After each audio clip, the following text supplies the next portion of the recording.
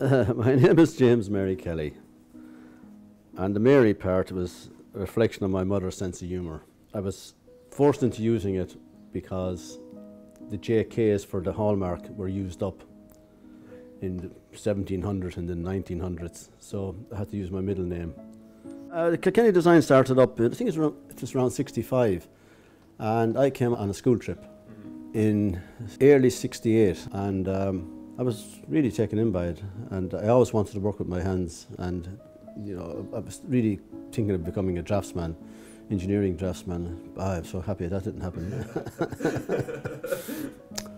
They interviewed people for the job, sit and work on your own for a few days, and see had you got that type of patience, I suppose, you know. And so I passed that, and then some months later I got a call to come in. Next August I'll be 51 years. Slow learner, you see. I was just getting the hang of it when I'll be turfed out. There's a team of us here, not just me. We make handmade jewellery, and we make commissioned pieces in hollowware as well, which means bigger pieces. The most well-recognised piece we made was the Lee McCarthy Cup. This one is for the National Museum in Kildare Street, and I got the commission about 5 years ago, and I've been tipping at it ever since, because most of our work now is jewellery and the making of jewellery. Yeah, I do enjoy it, yeah. I wouldn't do it if I didn't enjoy it, yeah. Not all of it is enjoyable, but yeah, most of it is enjoyable.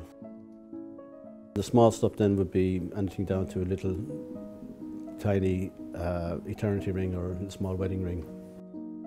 Yeah, all rings have to be a bit functional, you know. But you can't always be functional.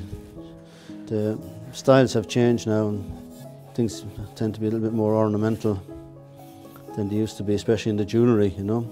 There's a lot more freedom of expression in jewellery, especially in pendants.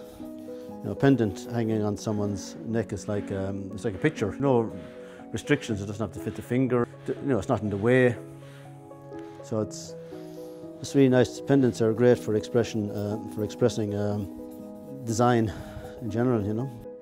Well, we fabricate here. We get a piece of metal, and we hammer it and bend it and cut it and saw it and file it, polish it, set diamonds in it, and sapphires and rubies and moonstones, whatever. And we put it on show then, and thankfully people buy it. And we get the money, and we pay the mortgage, and we pay the rent. It's much the same as anyone else at that stage then, you know. People come into the shop and see something they like, and say the easiest sort of commission would be, I love that ring, but it has a pink tourmaline in it. I would really like an emerald. Handmade ring in sterling silver, 18 karat gold, natural gemstones for around 350, 450. You know, just a nice piece to have, you know. You don't have to sell crafts to Irish people. They like it, you know. They like the idea of it. Yeah, they like it. They appreciate it. When the Derry and the Flan chalice was found over in Tipperary, it was brought up to the National Museum in Kildare Street at the time. And we went up to see it as well. Before it was cleaned up and examined. It had it on show.